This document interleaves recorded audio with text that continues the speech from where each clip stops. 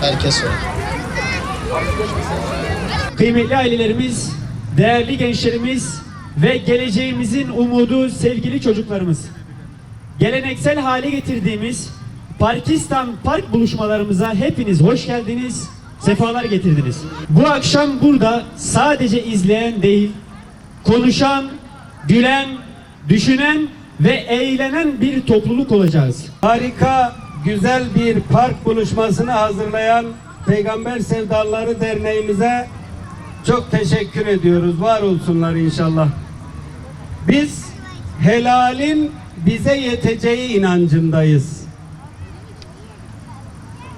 Haramın haddi aşmak, sınırları geçmek, istenmeyen bölgelere, istenmeyen yerlere adım atmak olduğu inancındayız. Aslında park buluşmasındayız.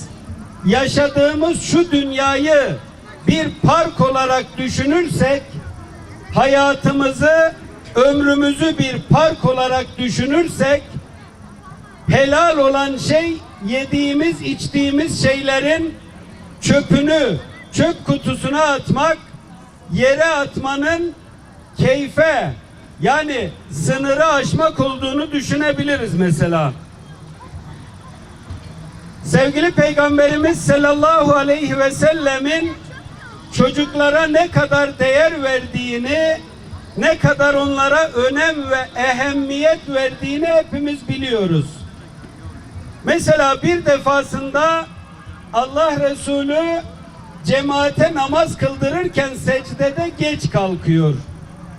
Geç kalktığı için ona tabi olan ashab Allah Resulü'nün nasıl namaz kıldırdığını bildikleri için acaba vahiy mi geldi veya başka bir şey mi oldu diye düşünürlerken Allah Resulü secdede kalkıyor. Ve daha sonra sorduklarında ben secdedeyken torunum Hüseyin omuzuma, sırtıma bindi, onun iyice tutunup sırtıma yerleşmesini beklemek için secdeyi uzattım dedi.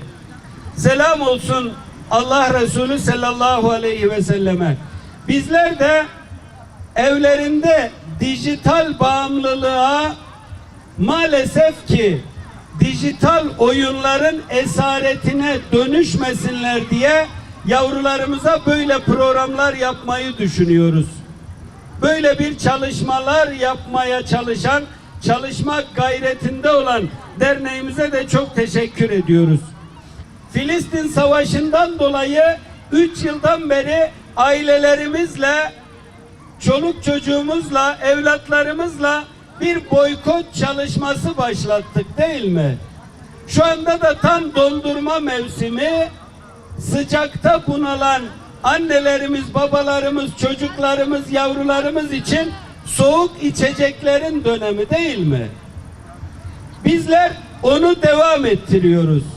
Filistin'i esaret altına alan, bebeklerimizi öldüren, onları küçük yaşlarda hapseden ve işkence eden zalim İsrail'in, zalim Siyonistlerin içeceklerini, Algidas'ını, Coca-Cola'sını, yani bildiklerim böyle aklıma gelenleri almıyoruz kesinlikle.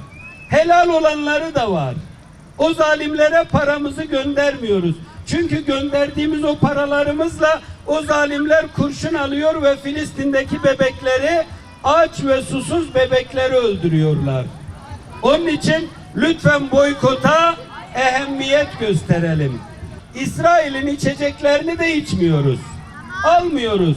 Evimize sokmuyoruz. Boğazımıza, kursağımıza sokmuyoruz mesela.